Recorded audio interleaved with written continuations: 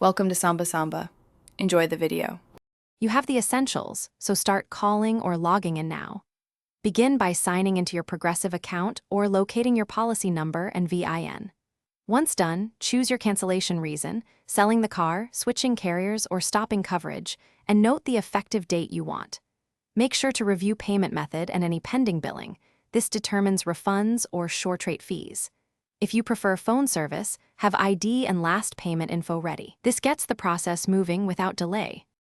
Next, submit the cancellation through Progressive's online chat, mobile app, or 24/7 phone line. Tell the agent or form the exact effective date and whether you want same-day termination or end of term. Provide a forwarding address for refunds and give new insurer details if you're transferring coverage. This prevents gaps. Once submitted, ask for a confirmation ID and email or screenshot proof. Keep that confirmation and record the agent name or chat transcript for later reference in case disputes arise. Finally, verify the cancellation outcome and financials.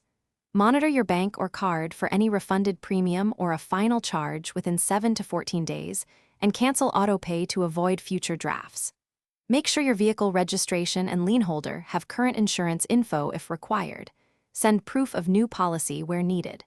If Progressive denies or you see errors, request a written explanation, record the escalation steps, and ask to speak with a supervisor. That single troubleshooting tip often resolves most disputes promptly. Thanks for watching. Consider subscribing if we helped you.